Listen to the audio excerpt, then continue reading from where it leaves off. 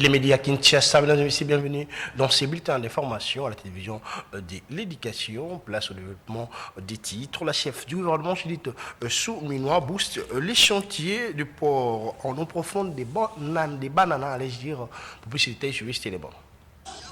Et là, comme vous soupez, oh, yongana yelelo. Nakendaka na Dubai. Nakeko kutana na mokonzi ya DP World. Na ebisiye papa.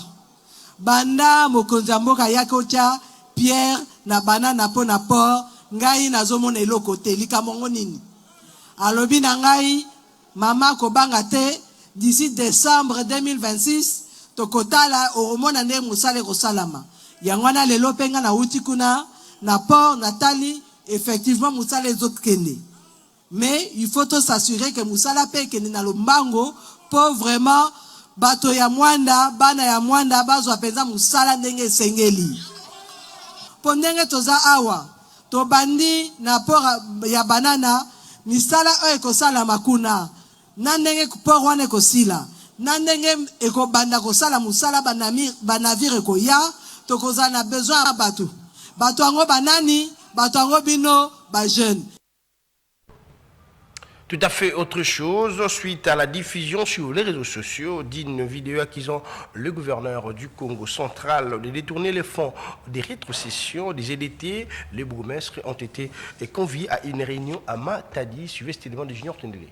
Face aux allégations et propos tendancieux diffusés sur les réseaux sociaux par le bourgmestre, le vie de Matadi et Boma faisant état d'un prétendu détournement des fonds alloués à la rétrocession de leurs entités respectives, le gouverneur de province, Grace Kouangamaswengi Bilolo, est sorti de son silence afin de tirer cette affaire au clair. C'est ce qui justifie la convocation le mercredi 30 juillet 2025 au gouvernorat du Congo central, les intéressés afin d'en avoir les cœurs nets. C'était en présence des maires de des villes concernées, du ministre provincial ayant l'intérieur dans ses attributions, du responsable de la territoriale, mais aussi de l'ordonnateur délégué provincial ainsi que quelques cadres du gouvernorat des provinces. Preuve à l'appui, celui-ci a recadré le fondeur sur la situation prévalente. Différentes étapes qui interviennent dans la gestion des fonds provenant du gouvernement central. Cependant, aucune preuve n'a été produite par les intéressés pour justifier ces volte-face que d'aucuns qualifient d'insubordination. Toutefois, le chef de l'exécutif provincial leur a rappelé à l'ordre par rapport à ces comportements belliqueux qui violent l'éthique d'un fonctionnaire de l'État.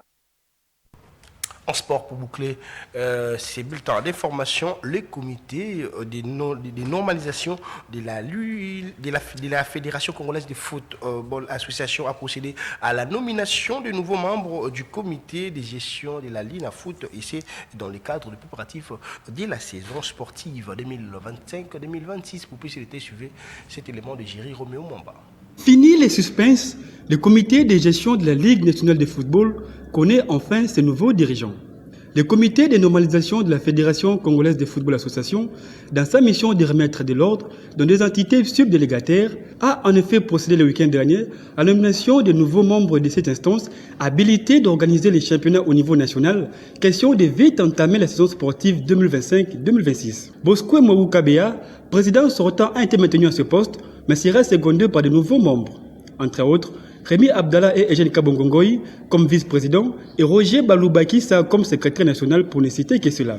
Après avoir réussi à obtenir la qualification des clubs congolais aux interclubs de la CAF malgré la sentence du tribunal arbitral du sport, l'organe fêtier du football congolais, à travers cet acte mordicus, a sauvé l'image de ce sport ici en RDC de façon générale et particulièrement du championnat national, dont la fin de l'édition passée a laissé un goût d'inachevé aux amoureux du ballon rond et perdait ainsi sa crédibilité suite à certaines irrégularités malgré les niveaux très élevés des clubs sociétaires. À ce nouveau comité, d'aller vite en besoin pour lancer les démarrages du championnat qui pour cette 31e édition connaît la participation de 30 clubs répartis en deux groupes de 15 équipes. Fin à de ces bulletins d'information. Merci de nous avoir suivis et restez branchés au programme de votre chaîne éducative.